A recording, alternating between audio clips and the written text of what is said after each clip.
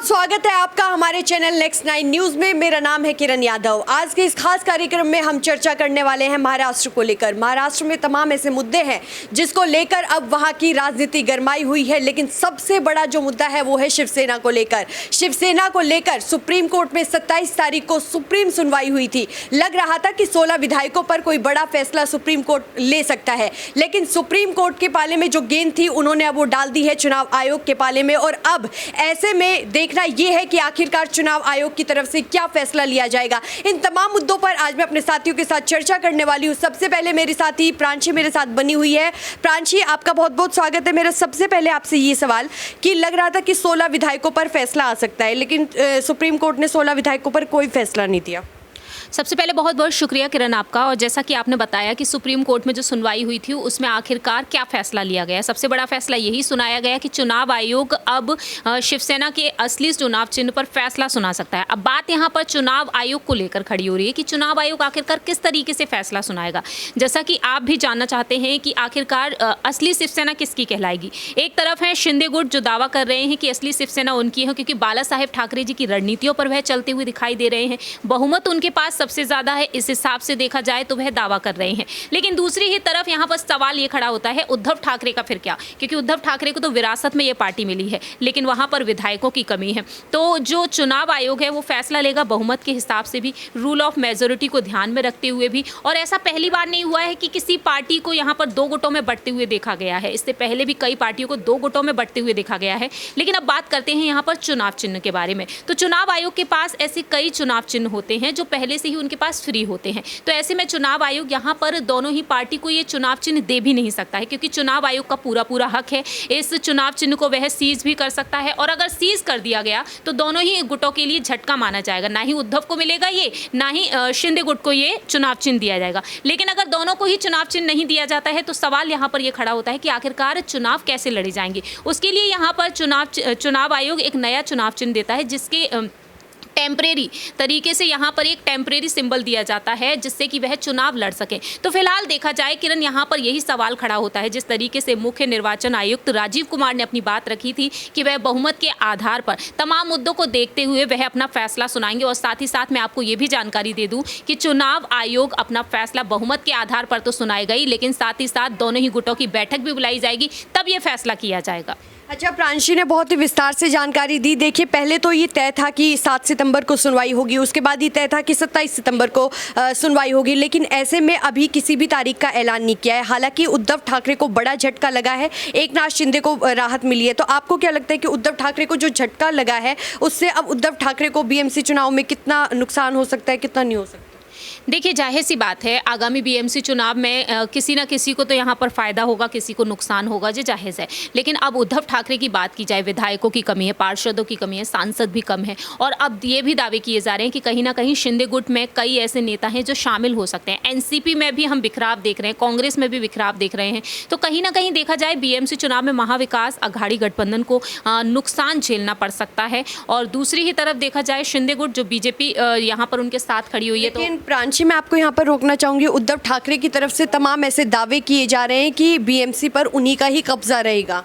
देखिए, जैसा कि आपने बताया, यहाँ पर उद्धव की तरफ से कई बड़े दावे किए जा रहे हैं। दावे तो बीजेपी की तरफ से भी है, शिंदे गुट की तरफ से, लेकिन उन दावों पर वह कितना खरे उतरते हैं ये सवाल भी खड़े होते हैं। तो जाहिर सी बात है यहाँ पर देखना यही होगा, क्योंकि उद्धव ठाकरे ने ऐलान किया है कि आने वाले समय में शिवसेना एक बार फिर से महाराष्ट्र में सरकार, यहाँ पर शिवसेना की ही सरकार दिखेगी। तो फिलहाल देखा जाए एकनाथ शिंदे ने भी यही बात कही कि आने वाले जितने भी चुनाव होंगे उनमें जीत हासिल करेंगे। 2.5 साल का कार्यकाल बचा है, 2.5 साल के कार्यकाल को पूरा करेंगे, और इसके अलावा जो आने वाले जो चुनाव होंगे उसमें कहीं ना कहीं ये दावा किया जा रहा है कि देवेंद्र फडणवीस मुख्यमंत्री बनते हुए नजर आ सकते हैं। तो दावे तो किरण हर पार्टी की तरफ से किए जाते हैं, लेकिन दावों पर खरा कितना उतरना है वो पार्टी के काम पर डिपेंड करता है।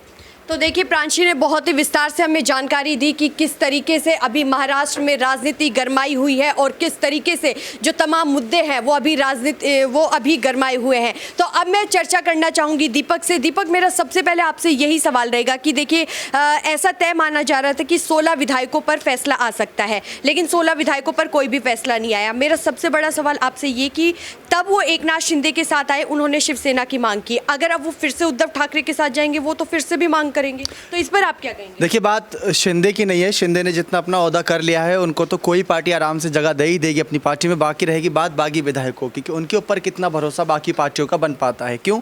क्योंकि शिवसेना से यानी उद्धव से उन्होंने बगावत कर दी थी। अगर शिंदे से भी कल को कर देते हैं बगावत, तो ये तो बागी कहलाएंगे।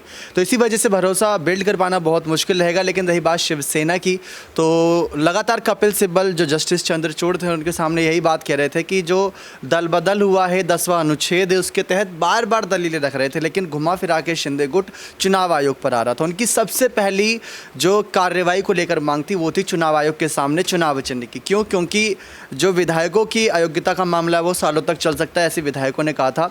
और अगर ये सालों तक चलता है तो 2.5 साल बाद इलेक्शन है ही वैसे भी, और वहाँ पर से तय हो जाएगा शिवसेना किसकी। लेकिन शिवसेना का अगर चुनाव चिन्ह उन्हें मिल जाता है और विधायक अयोग्य भी आते हैं या नहीं आते हैं, तो चुनाव चिन्ह के दम पर वो लड़ सकते हैं। क्यों? क्योंकि 50-60 साल पुरानी एक पार्टी है जो जिसका चुनाव चिन्ह घर घर तक बचा हुआ है, जिसके चुनाव चिन्ह को लोग पहचानते हैं, उन पर भरोसा बना हुआ है बाला साहब ठाकरे का। अगर वो उद्धव से छिनकर शिंदे के पास जाता है तो ये बहुत बड़ा कह सकते हैं कि अभी तक तो बागी विधायकों का कुछ भी नहीं था, ये सबसे बड़ा झटका होगा। क्यों? क्योंकि अगर पार्टी रहती है तो पार्टी में नेता आते जाते रहते हैं, लेकिन अगर पार्टी छिन जाती है तो नेताओं का आवागमन भी रुक जाता है। क्यों? क्योंकि एक भरोसा जो बाला साहब के साथ जुड़ा था वो पार्टी के चुनाव चिन्ह पर छलकता है। देखिए, मेरा अगला सवाल आपसे यही होगा कि जो 27 सितंबर को जो सुनवाई हुई थी, आपकी मैं निजी टिप्पणी जानना चाहूँगी कि आपको क्या लगता है कि वहाँ पर कोई पक्षपात हुआ था या फिर नहीं हुआ? देखिए, पक्षपात की बात नहीं आती क्योंकि वो एकदम लाइव हो रहा था। ऐतिहासिक वो घटना थी, एकदम लाइव सब ने देखी थी वो, और लगातार हमारे चैनल पर भी कई दर्शक जुड़े हुए थे जिनको हम लाइव अपडेट दे रहे थे। लेकिन उसमें सबसे बड़ी बात ये जो निकल कर सामने आई कि शुरुआत अयोग्यता से हुई थी और ख़त्म हुआ चुनाव आयोग के मामले पर। तो शिंदे के समर्थन में ये फैसला आया और विधायकों के अयोग्य योग्य होने पर कोई फैसले को लेकर अभी तक ज़्यादा खबरें नहीं हैं कि कोर्ट ने उनको लेकर क्या बातें रखी हैं। और बात जस्टिस चंद्रचूड़ ने ये कह दी थी कि किस हैसियत से चुनाव आयोग के सामने शिंदे गुट गए थे, कि वो चुनाव आयोग के सामने आकर कह रहे कि शिवसेना पार्टी हमारी, अगर बहुमत है उनके पास तो बहुमत अच्छी बात है, लेकिन बहुमत आता जाता रहता है। आपको भी पता है कि पार्टी से बहुमत आता जाता रहता है, लेकिन पार्टी पर ही दावा कर देना ये एक अनोखी घटना थी, ऐतिहासिक घटना थी। इसी वजह से इसको पक्षपात नहीं कहेंगे, लेकिन थोड़ा शाम तक जाते जाते उद्धव के खिलाफ नजर आया था।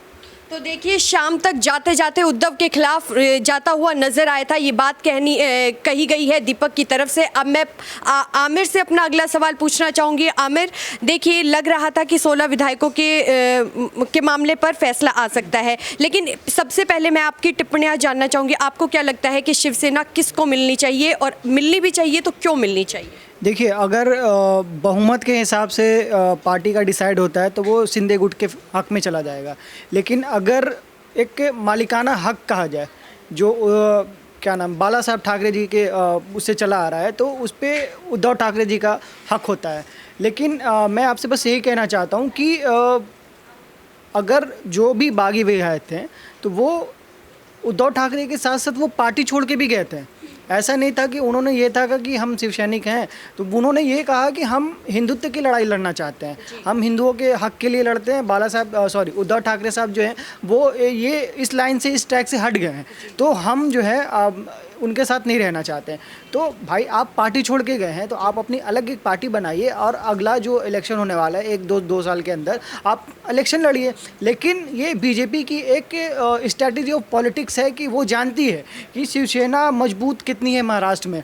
अगर उनसे वो हक पार्टी नहीं छीना जाएगा तो आने वाले 2 साल में फिर हमारी सरकार चली जाएगी। इसलिए उन्होंने अपने आने वाले 2 साल प्लस 5 साल जो इलेक्शन के बाद होंगे, उन्होंने अभी से ही प्लान करके रखा हुआ है कि अगर हम पार्टी का सिंबल छीन लेते हैं, पार्टी छीन लेते हैं, तो लोग जाहिर सी बात है वो शिवसेना को ही वोट देंगे, क्योंकि शिवसेना उधर एकनाथ शिंदे के हक में रहेगी तो पार्टी हमारी रहेगी, बीजेपी की रहेगी, और हम सरकार चलाते रहेंगे। इसीलिए बीजेपी की पॉलिटिक्स है कि वो पार्टी भी छीन ले उनसे, ताकि जो आने वाले 7 साल हैं या उसके बाद भी जो है हमारी सरकार महाराष्ट्र में चलती रहे। मेरा आखिरी आपसे सवाल ये होगा कि देखिए, एकनाथ शिंदे उद्धव ठाकरे के राइट हैंड माने जाते थे, तो उद्धव ठाकरे को एकनाथ शिंदे ने धोखा दे दिया, झटका दे दिया, और ऐसे में अब पार्टी भी उनसे चली जाएगी, तो मतलब उनके पास तो अब कुछ नहीं रहेगा। तो मैंने आपको यही कहा शुरू में कि जो बीजेपी की स्ट्रैटेजी और पॉलिटिक्स है वो यही चाहते हैं कि अगर सरकार उद्धव ठाकरे की गई है तो उनसे वो सिंबल भी छीन लिया जाए, उनसे उनकी पार्टी भी छीन ली जाए, ताकि हमको और आसानी हो जाए महाराष्ट्र में अपनी सरकार टिकाए रहने के लिए, क्योंकि ये बहुत ज़रूरी है। महाराष्ट्र में शिवसेना बहुत बड़ी पार्टी है, वहाँ पे मतलब छोटे मोटे जो पार्टीज है वो उनके आगे कहीं दिखाई नहीं देती है। तो उनको पता है कि अगर ये पार्टी और पार्टी का सिंबल एकनाथ शिंदे के हक में रहेगा तो आने वाले जो 2 साल के बाद फिर इलेक्शन होने वाले हैं वो हमारे ही पक्ष में उसका फैसला आ जाएगा। तो देखिए, हमारे तमाम साथियों ने हमें विस्तार से जानकारी दी कि अब देखना ये होगा कि आखिरकार चुनाव आयोग की तरफ से ये फैसला किसके पक्ष में जाएगा, क्योंकि देखिए सुप्रीम कोर्ट ने तो ये गेंद फेंक दी है चुनाव आयोग के पाले में, लेकिन अब ऐसे में चुनाव आयोग को फैसला लेना है बड़ा, और देखना ये भी दिलचस्प होगा कि आखिर अगली सुनवाई कब होती है और वो जो सुनवाई होगी उसमें कौन से धड़े को बड़ा झटका लगने वाला है। फिलहाल के लिए इस खास कार्यक्रम में बस इतना ही, लेकिन देश और दुनिया से जुड़ी तमाम बड़ी खबरों के लिए देखते रहिए हमारा चैनल नेक्स्ट 9 न्यूज़। धन्यवाद।